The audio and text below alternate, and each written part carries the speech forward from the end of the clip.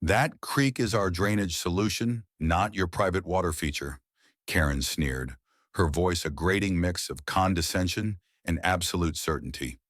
She stood on the edge of my property, a formidable figure in a pastel pink tracksuit that seemed to be losing a valiant battle against her bulk. In her hand, she held a crisp white envelope, which she thrust at me as if it were a scepter.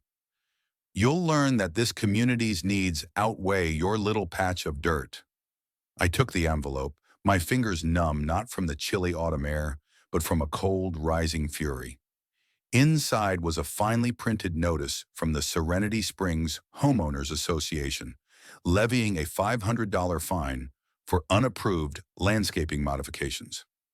The modification in question was a wall of nearly 200 sandbags, painstakingly stacked by me and my son, lining the bank of Miller's Creek. They were the only thing keeping a torrent of muddy, polluted runoff from washing away the foundation of my great-grandfather's 100-year-old barn. This runoff, a churning brown deluge that had never existed before, was coming directly from a massive concrete culvert the Serenity Springs developer had installed, pointing it straight at my land like a cannon. For the last 3 months, every time it rained, their pristine 89-unit condo complex shed its water onto me, and Karen, the self-appointed queen of this new plastic kingdom, had the gall to fine me for trying to save my own property from her manufactured flood. Her eyes, small and hard, scanned my land with undisguised contempt, lingering on my weathered fence, the rust on my tractor, the simple, sturdy farmhouse my family had called home for 4 generations. To her, it was all just an unsightly blemish on the horizon of her perfect beige world. The injustice of it was a physical thing, a knot tightening in my chest, making it hard to breathe. All my life, I'd followed the rules, served my country for 20 years in the Army Corps of Engineers, and asked only to be left alone on the land that was my birthright. Now this woman who had moved here 6 months ago was declaring my heritage a public nuisance and my creek her personal sewer. The rage was so intense it was almost clarifying. In that moment, staring at her smug, powdered face, I knew this would not be a war of shouting matches or angry letters. It would be a war of surveys, statutes, and water rights. A war she had just started, but one that I, with every ounce of my training and resolve, was going to finish. If you've ever had a run-in with a power-tripping HOA board, you know exactly the kind of slow burn anger I'm talking about. Hit that subscribe button and tell me in the comments where you're watching from. And if you've got your own HOA nightmare story, I want to hear it. This was mine, and it started with a flood of arrogance, but was about to end with a flood of a very different kind. My family had owned this land since 1923, 160 acres of rolling hills, dense woods, and fertile pasture land in what used to be the quiet outskirts of the county. Miller's Creek, named for my great-grandfather, was the lifeblood of the property. It wasn't some grand river, but it was ours, a clear spring-fed stream that bubbled up from a rocky outcrop on the northern end of our land, wound its way through a meadow, and provided water for our small herd of cattle, and the sprawling garden my wife, Sarah, tended with a passion that bordered on religious. My earliest memories were of catching crayfish in that creek, of learning to skip stones across its surface under my father's patient tutelage. After 20 years of building bridges under fire and clearing routes through hostile territory as a combat engineer, this land was the peace I had earned. It was the place I came home to, the anchor for my soul. Then came Serenity Springs. It rose from the adjacent fallow farmland like a fungus, a sprawling complex of identical townhomes with names like the Willow and the Cypress. Despite there being not a single mature tree on the entire development, they clear-cut everything, leveled the gentle slopes, and laid down a sea of asphalt and concrete that was an affront to the landscape. From my porch, I watched it go up, a knot of unease tightening with each new row of vinyl siding. We had our peace, but I knew we were now officially living next to a development. The first sign of real trouble was subtle. After the first major rain following the bulk of their construction, I noticed the creek ran higher and muddier than I'd ever seen it. It took longer to clear, and a fine layer of silt, the color of clay, coated the stones along the bank. I walked the property line and found it. A newly dug drainage ditch, crudely cut from their property to mine, terminating in that massive 36-inch concrete culvert aimed directly at the creek. There had been no consultation, no request for an easement. They had simply decided my land was the most convenient place to dump their stormwater. My first call was to the developer's site manager, a harried-looking man who gave me a 5-minute-long spiel about county-approved drainage plans and hydrological surveys. He assured me it was all above board and that their state-of-the-art system was designed to release water at a controlled rate. He was a smooth talker, and against my better judgment, I decided to wait and see. That was my first mistake. The second major rain was a gully washer, a true midsummer thunderstorm.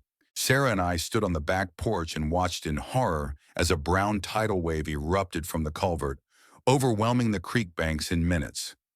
It didn't just flow into the creek, it blasted into it, a high-pressure jet of water that tore at the soil, uprooting ancient ferns and carrying away a decade's worth of natural bank reinforcement. The water surged across the lower pasture, swamping the area where my grandfather's old barn stood.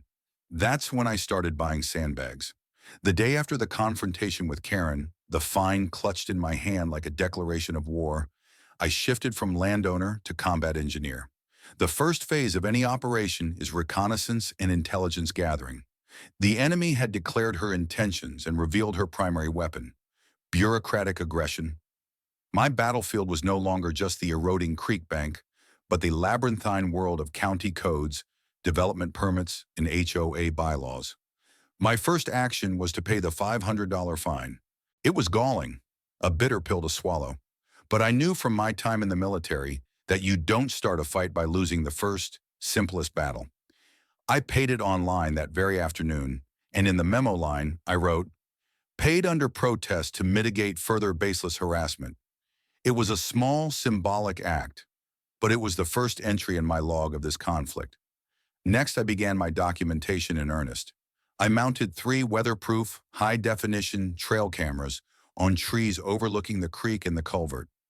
I set them to record time lapses during the day and to be motion-activated at night. Every drop of water they dumped onto my property would be recorded. I then went to the hardware store and bought 50 survey flags and a reel of bright orange twine. Using my old military-grade lensatic compass and a surveyor's tape, I began to meticulously map the erosion. I drove a flag into the ground at the water's edge every 10 feet along the threatened section of the creek. Each week, I would measure the distance the bank had receded and document it with photographs, each one geotagged and timestamped by an app on my phone. I was building a data-driven narrative of the destruction. The numbers were stark. In some places, I was losing 6 to 8 inches of land with every significant rainfall. The roots of a magnificent old oak tree, one that had shaded my family for generations, were becoming exposed, looking like gnarled, desperate fingers clawing at the disappearing soil. While I was documenting the physical damage, I began my first foray into the paper war. I made a trip to the county records office, a dreary beige building that smelled of dust and indifference. I spent an entire day pulling the original plat maps from my property and the adjacent parcel before it was sold to the Serenity Springs developer. The maps, brittle and yellowed with age, were unequivocal. Miller's Creek originated on my land and was contained entirely within my property lines. There were no shared water rights, no drainage easements granted to the neighboring property. For 100 years, the boundary had been sacrosanct. This was not a shared resource. It was a private waterway they had appropriated. My next step was to attempt communication again, but this time through official channels. I drafted a formal letter to the Serenity Springs HOA board with Karen's name at the top. I kept the tone professional and dispassionate. I outlined the history of my property, cited the lack of any legal easement, and included the initial data from my erosion survey, complete with photographs. I detailed the damage to my pasture and the imminent threat to the barn. I requested a meeting with the board and the developer to discuss immediate remediation, which would involve them ceasing the discharge and constructing a proper retention system on their own property. I sent the letter via certified mail, return receipt requested. The green receipt card came back a week later, signed in a florid, self-important script that could only be Karen's. Then silence. 2 weeks passed with no response. But the HOA wasn't idle. The second letter from them arrived not in Karen's hand this time, but in a sterile windowed envelope. It was another fine, this time for $100. The violation? Failure to maintain fence in accordance with community aesthetic standards. My fence was a simple, sturdy, 4-foot-high wire fence, designed to keep cattle in, not to impress condo dwellers. It was rusted in places, true, and a few posts leaned at a slight angle from years of service, but it was functional and stood entirely on my property. The letter included a photo of a small section of the fence, taken from their side, with the manicured, unnaturally green lawn of Serenity Springs in the foreground and my unsightly fence in the back. It was clear they were now actively looking for ways to harass me. This was Karen's response to my letter. Not a discussion, not a negotiation, but a clear message. We have the power, and we will use it to crush you with 1,000 petty cuts. The dry humor of the situation wasn't lost on me. Here I was, a man who had designed and overseen the construction of fortified positions in the middle of a war zone, being fined because my fence wasn't pretty enough. The absurdity was laughable, but the intent behind it was deadly serious. They were trying to bleed me dry, to bog me down in a war of attrition over trivialities while my land literally washed away. I paid the $100 fine, again under protest, and added the letter to my growing file. The file was getting thicker. It was my shield, and I was beginning to realize my sword. The campaign of petty tyranny escalated with a speed that was almost impressive in its vindictiveness. A week after the fence fine, another envelope arrived. This one cited my mailbox. Apparently, the slight lean it had, a product of the ground softening after one of their manufactured floods, was a violation of community visual harmony. It was another $100 fine, accompanied by a passive-aggressive note suggesting approved mailbox models available through a vendor affiliated with the HOA. The fact that my mailbox was on a county road and not within their jurisdiction seemed to be an irrelevant detail to Karen. She was defining her kingdom's borders not by legal plats, but by her own line of sight. Anything ugly in her view was subject to her rule. It was a classic power tactic.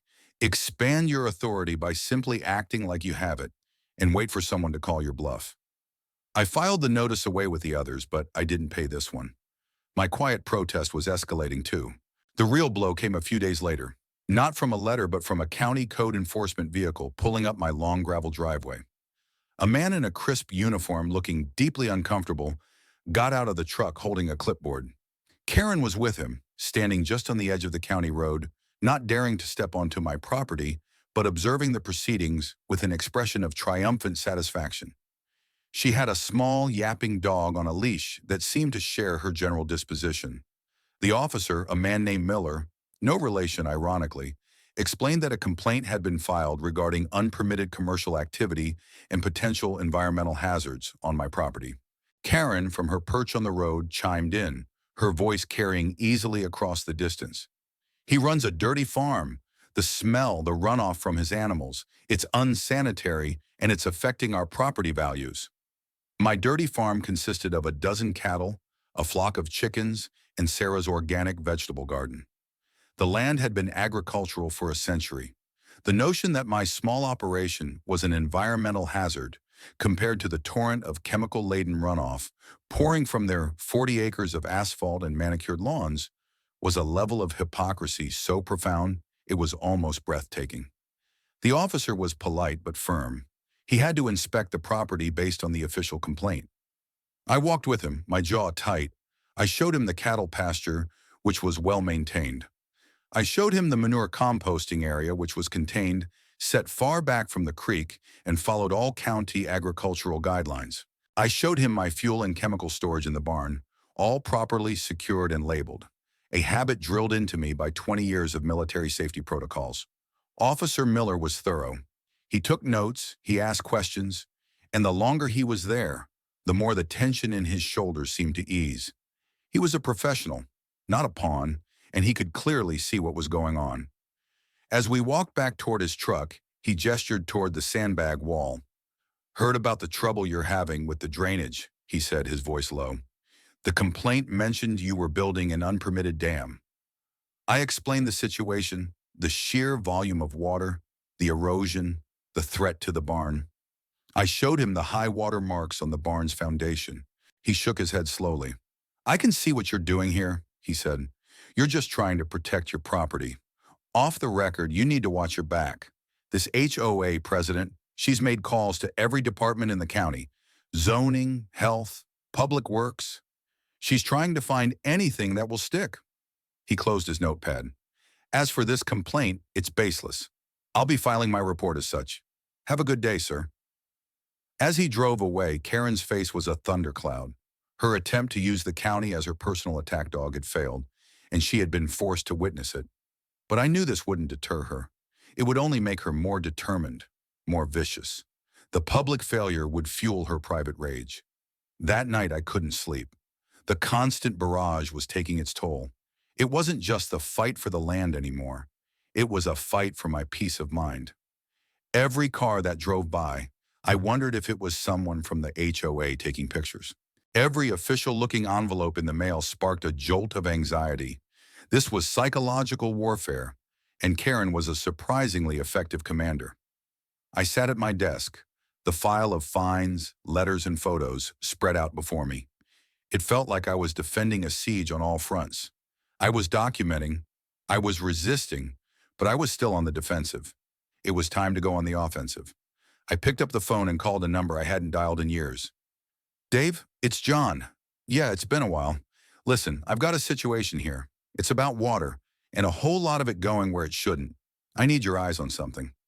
Dave Jensen was my old platoon sergeant from my last tour. After leaving the Army, he'd gotten his PhD in hydrology. He worked as a consultant, usually for big engineering firms or government agencies. He was the smartest man I knew when it came to how water moves, and I had a feeling he was going to find the drainage plans for Serenity Springs very, very interesting. The war was about to enter a new phase. Dave arrived 2 days later, driving a beat-up pickup truck with a bed full of sophisticated-looking equipment. He was a tall, lanky man with a sun-weathered face and an easy grin that hadn't changed since we were slogging through mud in some forgotten corner of the world. "Johnny boy," he said, clapping me on the shoulder, "you get yourself into the darndest messes. Last time I saw you, you were trying to figure out how to build a bridge with 2 I-beams and a roll of duct tape. Now you're fighting the queen of the cul-de-sac." His humor was a welcome relief. I walked him down to the creek, and his grin faded as he saw the culvert and the scale of the erosion. He walked the damaged bank, crumbling soil under his boots, his eyes scanning everything with a professional's acuity. He knelt, scooping up a handful of the silty deposit on the rocks. Asphalt residue, topsoil, probably some fertilizer and pesticide runoff from their perfect lawns, he muttered, rubbing the grit between his fingers. This isn't just water. It's a chemical cocktail. He spent the next 6 hours conducting a full hydrological survey. He used a flow meter to measure the velocity of the water coming out of the culvert during a brief shower. He took soil samples from the creek bed and the banks. He used a laser level to map the topography of my pasture, showing exactly how the floodwater was being channeled toward the barn. While Dave worked his science magic, I enlisted another member of my old unit. I called Marcus Thorne, a sharp, aggressive lawyer who had served with us in the JAG Corps before starting his own private practice. I explained the situation, the fines, the harassment, the fraudulent-feeling drainage, classic developer overreach, classic HOA bullying, Marcus said over the phone, his voice practically crackling with enthusiasm. They do this all the time. They bet on the fact that the average person doesn't have the time, money, or expertise to fight them. They're about to find out you're not the average person. Email me everything you have, John, every photo, every fine, every letter, and get me the name of the development company. The name was easy to find, Apex Homes, LLC. Marcus let out a low whistle. Oh, I know these guys. They have a reputation for cutting corners and using litigation to intimidate landowners. This is going to be fun. While Marcus started digging into Apex Homes from the legal side, Dave and I made a trip to the County Public Works Department. We wanted to see the actual approved site plans for Serenity Springs, not the summary the site manager had given me, but the full, stamped, and approved engineering blueprints. After an hour of bureaucratic wrangling, a clerk finally wheeled out a massive tube of drawings. We unrolled them on a large table, and Dave's eyes lit up. He was in his element. He spent the next 2 hours poring over the drainage section, his finger tracing lines, his brow furrowed in concentration. Finally, he leaned back and pointed to a specific page. "There it is," he said, his voice tight with a kind of righteous anger. "This is what they were supposed to build." The plan showed 2 large retention ponds on the northeast corner of the Serenity Springs property. According to the blueprints, all the stormwater from the development was supposed to be routed to these ponds. The ponds were designed to hold the water, allowing the sediment and pollutants to settle before releasing the water slowly, over a period of 24 to 48 hours, into a series of small perforated pipes that would dissipate it harmlessly underground. The plan was sound. It was standard, responsible engineering. "Now," Dave said, grabbing his laptop and pulling up a satellite image of the development. He zoomed in on the northeast corner where the ponds were supposed to be. In their place were 2 extra condo buildings, the premium view units according to the sales map. "They never built the ponds," I said, the pieces clicking into place with a sickening thud. "Worse," Dave said, flipping back to the blueprints. "They submitted a last-minute modification. See this addendum?" He pointed to a smaller stapled sheet of paper with a barely legible signature at the bottom. The addendum showed a completely revised drainage plan. It scratched the 2 retention ponds and replaced them with a single, direct discharge system.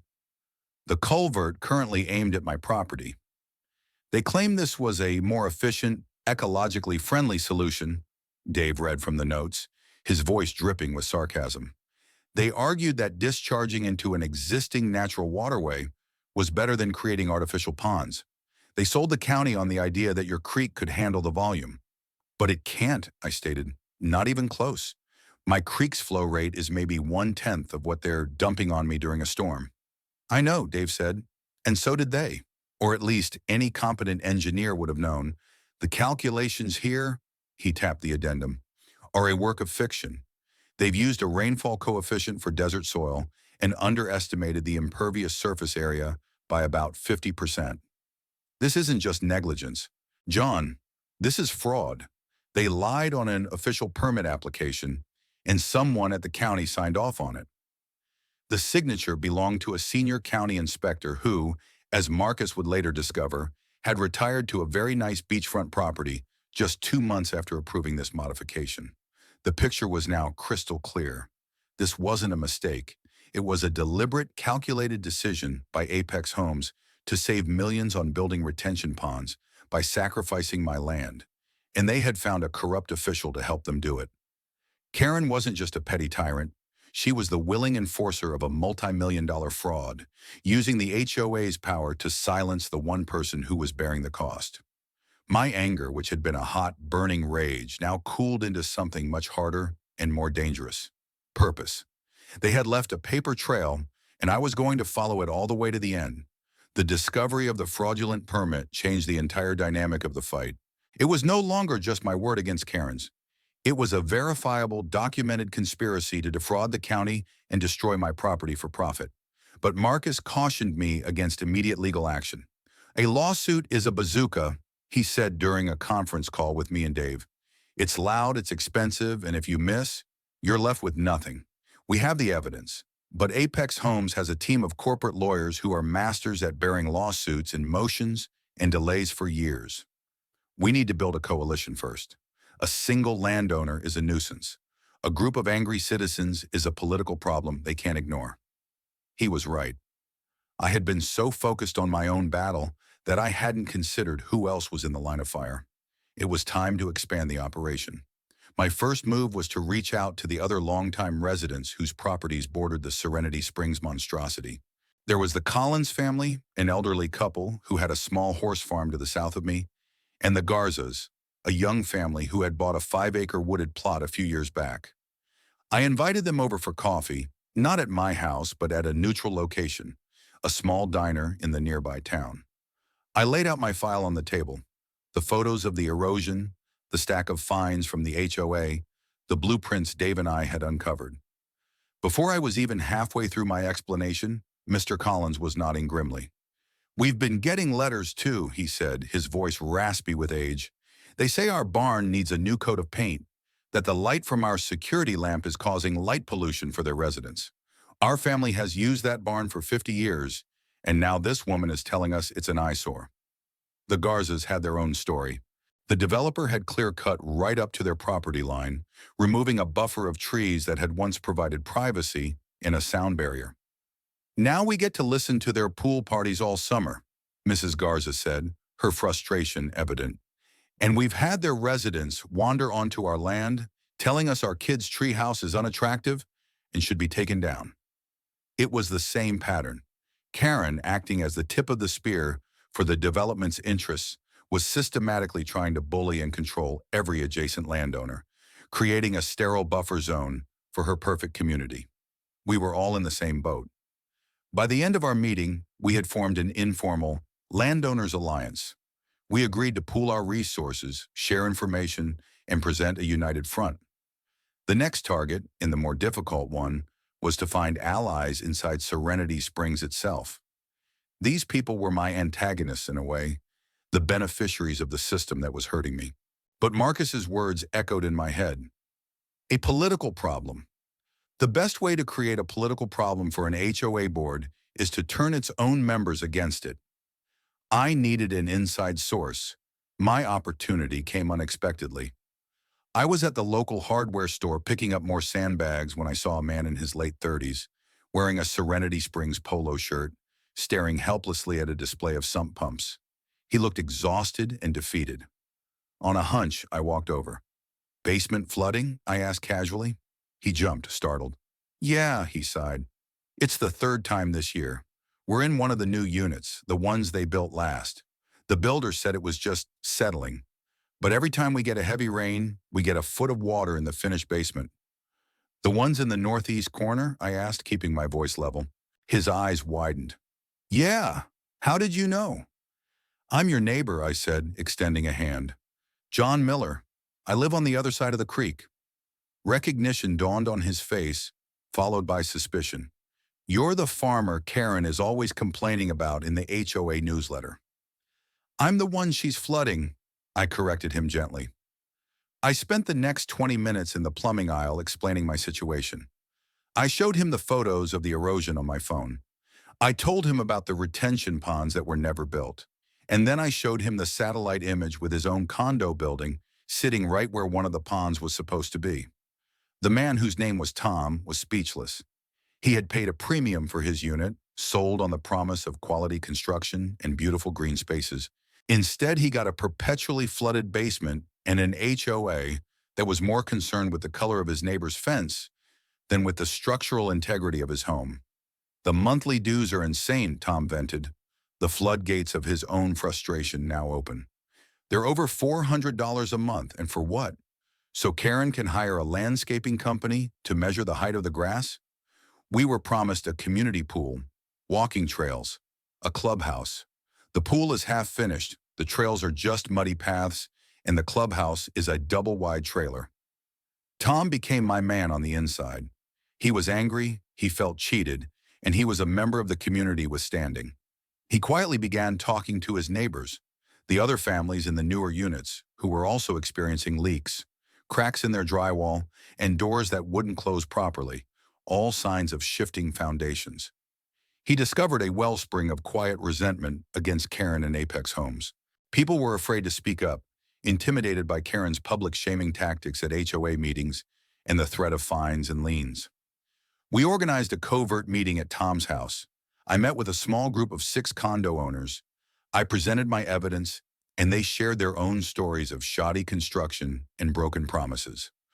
We were on opposite sides of the property line, but we were fighting the same enemy, a toxic combination of corporate greed and petty tyranny.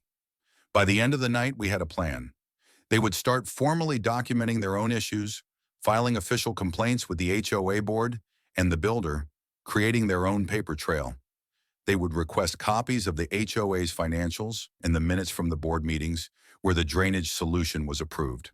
and they would use the HOA's own bylaws to demand a special meeting to discuss the builder's failures and the board's mismanagement. The alliance was forged. On the outside, I had the landowners. On the inside, I had a growing insurgency of disgruntled homeowners. Karen and Apex Homes thought they were fighting a single stubborn farmer. They had no idea they were now surrounded. With the alliance in place, it was time to spring the first part of the trap.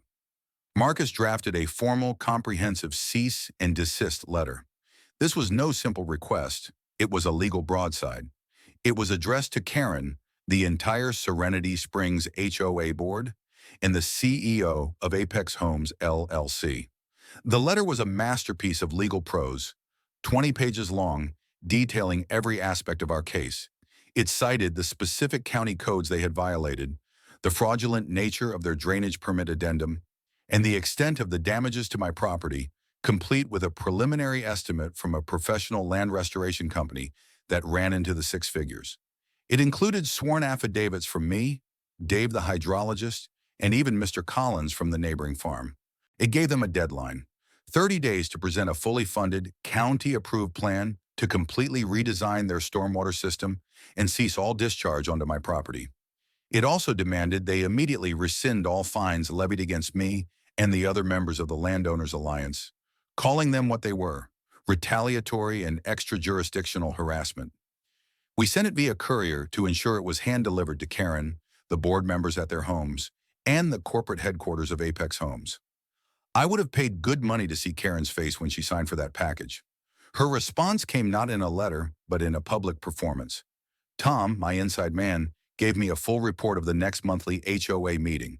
Apparently, Karen had stood before the assembled homeowners, holding our legal notice in her hand as if it were a dirty rag. "Our disgruntled neighbor has hired a fancy lawyer to try and scare us," she announced, her voice dripping with disdain. "He's making ridiculous demands and threatening our community. He doesn't like progress. He wants to keep us living in the past, but we will not be intimidated." She proceeded to tear the letter in half, a piece of cheap theater for her audience. "This is what I think of his threats," she declared to a smattering of applause from her loyalists. "We have the best legal team, and our development was fully approved. He doesn't have a leg to stand on. We will continue to operate as we always have, for the good of the entire community." It was a fatal miscalculation on her part. Her arrogance, her need to put on a show of strength, led her to publicly admit receipt of the notice and then publicly defy it. Tom recorded the entire speech on his phone. It was the perfect evidence of their willful negligence. They were now officially on notice, and they had chosen to do nothing. Her little stunt was exactly what Marcus had hoped for. "It's perfect," he said when I told him. "She's just dug her own hole a little deeper. Now we move to phase 2. Phase 2 was my masterstroke, an idea born from my engineering background and my intimate knowledge of my own land. The fight so far had been about their water. It was time to make it about my water. Miller's Creek, the waterway they were using as their sewer, was fed by a spring that bubbled up from a rocky hillside about 500 yards upstream from their culvert. Crucially, the spring itself was located entirely on my property. The entire creek, from source to where it exited my southern property line, was mine. For years, I had considered building a small pond for irrigation and to create a better habitat for wildlife. I had the perfect spot for it, a natural depression in the land between the spring and the main pasture. My plan was simple and, with Marcus's legal guidance, perfectly legal. I was going to redirect my creek. I would build a large, 1-acre irrigation pond. The spring would now feed directly into this pond. The pond's overflow would then be routed back into the original creek bed, but far downstream, well past the point of their discharge culvert. The result? The section of Miller's Creek that ran past their culvert would be reduced to a mere trickle, fed only by groundwater seepage. Their massive drainage cannon would now be firing at a virtually dry ditch. The water they dumped would have nowhere to go. It would back up into their own system, onto their own property. I spent the next 2 weeks working with a local engineering firm, one that had no ties to Apex Homes, to draw up the plans for an agricultural irrigation pond. We designed it to meet and exceed all county and state environmental regulations.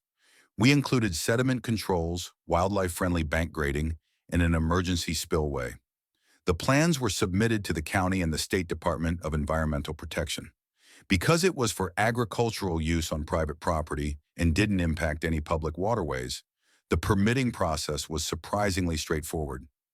Marcus reviewed every single line of the application to ensure it was ironclad.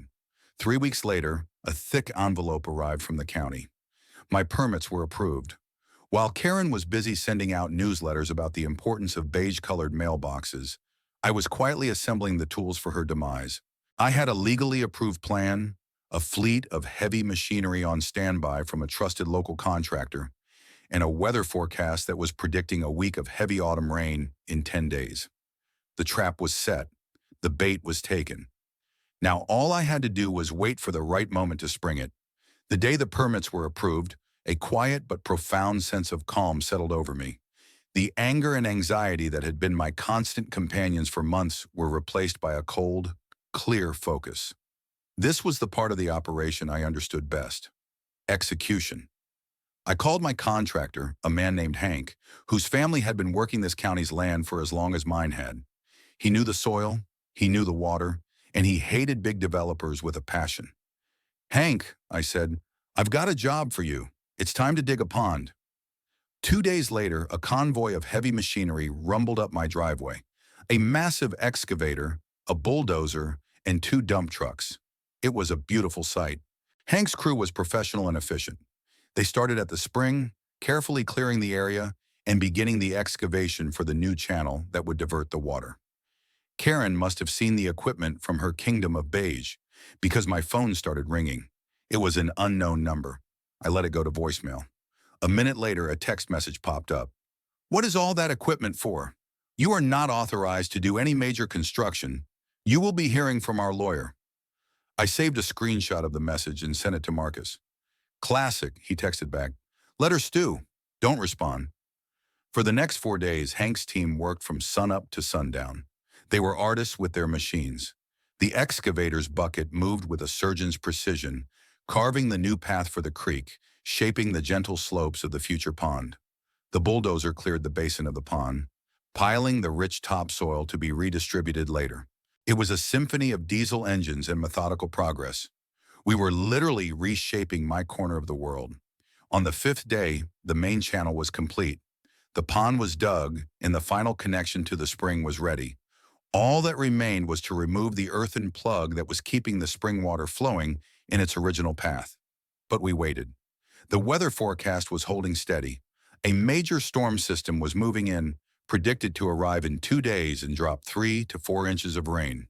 We would make the switch just before the storm hit. The day before the rain was due, a sheriff's deputy car pulled up the drive. It was a different officer this time, younger and more aggressive. Karen was with him, standing on the county road again, her arms crossed, a smug look plastered on her face. She had clearly gotten tired of waiting for her lawyer. The deputy got out, his hand resting on his hip. "Sir, we've had a complaint that you're illegally damming a waterway." I calmly walked over, holding a large, clear plastic folder. "Good afternoon, officer. I'm not building a dam. I'm building a county and state-approved agricultural irrigation pond on my own property with my own water. Here are the permits." I handed him the folder. It contained copies of the stamped and approved plans from the county, the permit from the Department of Environmental Protection, and a copy of my property plat map showing the spring was located entirely on my land. The deputy took the folder and began to read. His confident posture slowly deflated. He walked over to the construction area, looked at the work, and compared it to the plans. He walked back to his car and made a call, presumably to his superiors or the county engineer's office. After a few minutes, he got out of the car. His whole demeanor changed. He handed the folder back to me. "Everything appears to be in order, Mr. Miller. Sorry to have bothered you."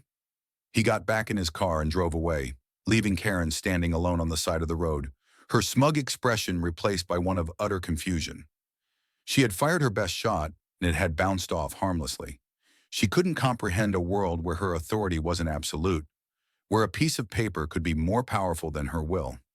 That evening, with the sky turning a bruised purple and the wind picking up, Hank and I stood by the earthen plug. "Ready to make some magic, John?" he asked, a wide grin on his face. "Ready," I said. The excavator fired up, its powerful arm reaching down. With two swift, clean scoops, it removed the plug of earth. For a moment, nothing happened. Then the clear, clean water of Miller's Spring hesitated and then surged into the new channel. It flowed quickly, filling the freshly dug path, rushing down the gentle slope and into the basin of the new pond. We watched as the water began to pool, spreading across the bottom, the beginning of a new life for this piece of land. I then walked over to the old creek bed. The flow was already diminishing. The gush of water that had defined it for a century was slowing to a lazy crawl. Within an hour, the once lively creek was nothing more than a damp, rocky ditch with a few isolated puddles. The stage was set, the sky was dark, and I could feel the first drops of rain on my face. The rain started around 9 p.m., a gentle patter that quickly grew into a steady, determined drumming on the roof. I sat in my study, the window open just a crack, listening to the storm and watching the feed from the trail camera aimed at the Serenity Springs culvert. For the first hour, as the ground became saturated, nothing much happened. Then around 10:30 p.m., it began. A trickle of water appeared at the mouth of the giant concrete pipe. Within minutes, the trickle became a stream and then a torrent. The storm intensified, the rain coming down in sheets, and the culvert discharged a furious, churning wave of brown water. But instead of being carried away by the swift current of Miller's Creek, the water slammed into a nearly dry ditch. It had no momentum, nowhere to go. The water pooled, then began to back up, a churning, muddy lake forming at the base of the culvert on my property. It was working faster than I had even anticipated. The hydraulic pressure of their entire drainage system was hitting a dead end. I watched, mesmerized, as the water level in the culvert itself began to rise. It was like a clogged drain on a massive scale. The water, denied its forward path, began to flow backward, back into the pipe, back under the manicured lawns of Serenity Springs. My phone rang. It was Tom. "John, you are not going to believe this," he said, his voice a mix of awe and panic. "The storm drains in the street are overflowing. They're like geysers. The whole street in the back section of the development is flooding, and the sump pumps in our basements. They're running constantly, but they can't keep up. Water's coming in through the foundation walls. The system was failing catastrophically. The water they had tried to force onto me was being forced right back at them." An hour later, I saw the flashing lights. 2 fire trucks and a police car sped into the Serenity Springs complex.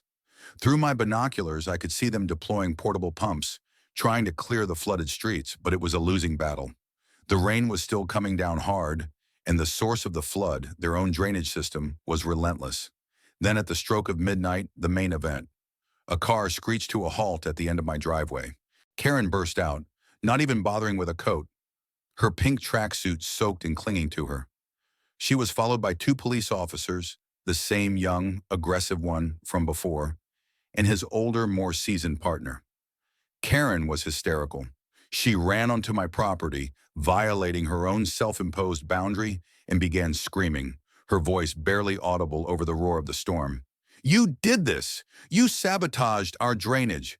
You're flooding us! I want him arrested!" she shrieked, pointing a trembling finger at me as I stood calmly on my front porch. The 2 officers approached, their expressions grim. "Sir," the older one said, his voice firm but professional, "we need you to come with us. We need to see what's going on with that creek." "Of course, officer," I said, grabbing a heavy-duty raincoat and a powerful flashlight. "Let's take a walk." I led them down the muddy path toward the old creek bed. Karen trailed behind us, still muttering threats and accusations. I pointed my flashlight beam at the culvert. It was a disaster zone. A massive, swirling lake of muddy water had formed, submerging the culvert's opening entirely. The water was backing up onto their property, eroding the manicured sod from their side of the property line. "As you can see, officer," I began, my voice steady and calm, "their drainage system seems to have failed. It's backing up." "He diverted the creek!" Karen screamed. "He dammed it!" "I didn't dam anything," I said, turning to the officers. "I simply rerouted the spring that originates on my property to feed a new, legally permitted irrigation pond, also on my property. That spring is the primary source for the creek. What you're seeing here is the result of their system being designed to discharge a massive volume of water into a waterway that, without my spring feeding it, can no longer handle the capacity. They built their system based on the assumption that they had a right to my water to wash away their own. They assumed wrong. I handed the older officer the same waterproof folder I had shown his colleague earlier. Here are my permits for the pond, my property survey showing my ownership of the spring, and a copy of the cease and desist letter my lawyer sent them 34 days ago, warning them of this exact possibility if they did not cease their illegal discharge. The officer took the folder and read the documents under the beam of his flashlight, shielding them from the rain. He read the letter, his eyes lingering on the date. He looked at the permits, then back at the flooding chaos. He looked at Karen, who had fallen silent, her face a pale mask of dawning horror. He looked back at me. "So, you're telling me," the officer said slowly, "that all of this is legal?" "Everything I have done on my property is 100% legal, officer," I replied. "I'm just a farmer, utilizing my own water resources. The flooding at Serenity Springs is a direct result of their own faulty and, as my evidence suggests, fraudulent engineering. It's their problem on their land." Just then, a van from a local news channel pulled up, its headlights cutting through the rain. Tom had made the call. A reporter and a cameraman, clad in rain gear, hurried over, their camera light illuminating the entire dramatic scene. The flashing police lights, the raging floodwaters, a hysterical HOA president, and me, the calm farmer standing my ground with a folder full of facts. The officer handed me back my folder. He turned to his partner. "There's no civil or criminal violation here. This is a property dispute. We're done." He then looked at Karen, his expression devoid of sympathy. "Ma'am, you are on Mr. Miller's property. I suggest you return to your own and deal with your flooding issue." The finality in his voice was absolute. Karen stood frozen for a moment, rain and tears mixing on her face as the news camera zoomed in. She had lost, and she had done it to herself, live on the midnight news. The aftermath was swift and brutal. The news story aired the next morning, and it was devastating for Karen and Apex Homes. The reporter, armed with copies of my documents and Tom's insider information, laid out the narrative perfectly. A greedy developer, a corrupt official, and a tyrannical HOA president who bullied a local veteran, illegally flooded his land, and then saw their scheme backfire in the most spectacular way possible. The visuals were damning. The flooded million-dollar condos, Karen's rain-streaked, hysterical face, and my calm, factual explanation, backed by a mountain of evidence. The story went viral. It was picked up by national news outlets and became a poster child for HOA overreach and corporate malfeasance. The phones at Apex Homes and the county offices began ringing off the hook. Within a week, 3 things happened. First, the county launched a full-scale internal investigation into the Public Works Department and the inspector who had signed off on the fraudulent drainage plan.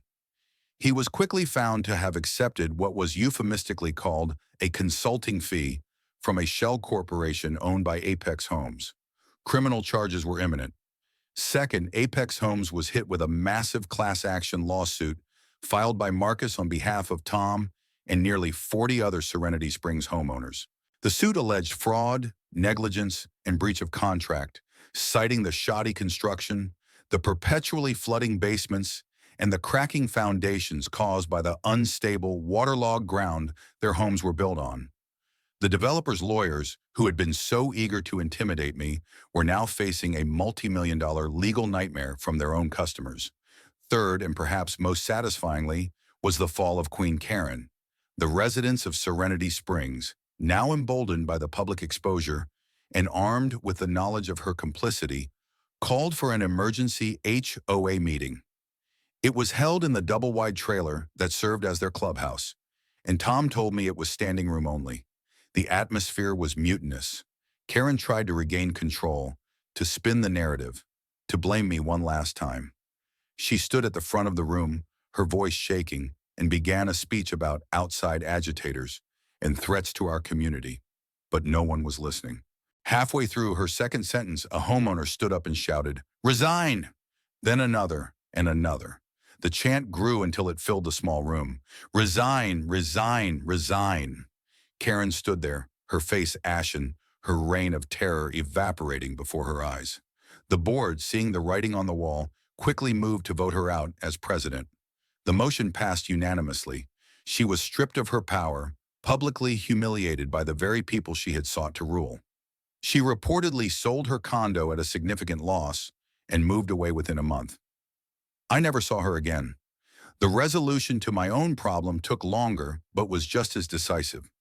Faced with overwhelming legal pressure and catastrophic public opinion, Apex Homes capitulated. Their lawyers contacted Marcus and offered a settlement. It wasn't a negotiation, it was a surrender.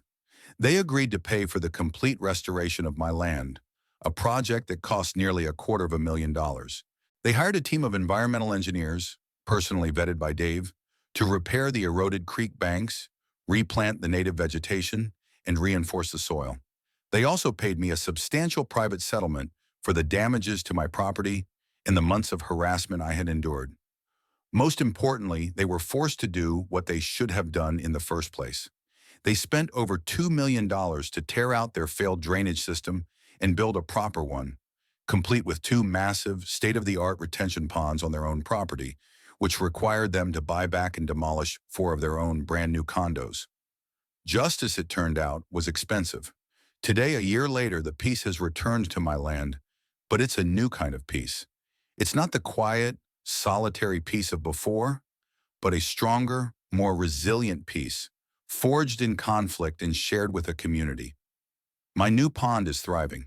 It's a beautiful, tranquil spot, teeming with fish and attracting herons and ducks. The old creek bed has been restored, the banks are stable, and the old oak tree's roots are once again firmly in the ground. The Landowners Alliance still meets, not out of necessity, but out of friendship. The new Serenity Springs, HOA board, led by Tom, is reasonable and community-focused. We have a standing agreement for mutual respect of our property lines and a shared potluck every fall. We are no longer adversaries. We are neighbors. I used a portion of the settlement money to set up a legal defense fund for local residents fighting similar battles against unscrupulous developers and HOAs. My fight had become a blueprint for others. Sometimes I walk down to the new pond in the evening with Sarah, and we watch the sunset paint the water in shades of orange and pink. The water is calm, the air is clean, and the only sounds are the chirping of crickets and the gentle lapping of the water against the shore. I had been pushed, harassed, and threatened. They had tried to drown me in bureaucracy and water, but in the end, I did what any good engineer does when faced with a problem. I assessed the situation, I gathered my tools, and I built a better solution. I didn't just save my land, I reclaimed my peace on my own terms. And that was a victory far more valuable than any settlement.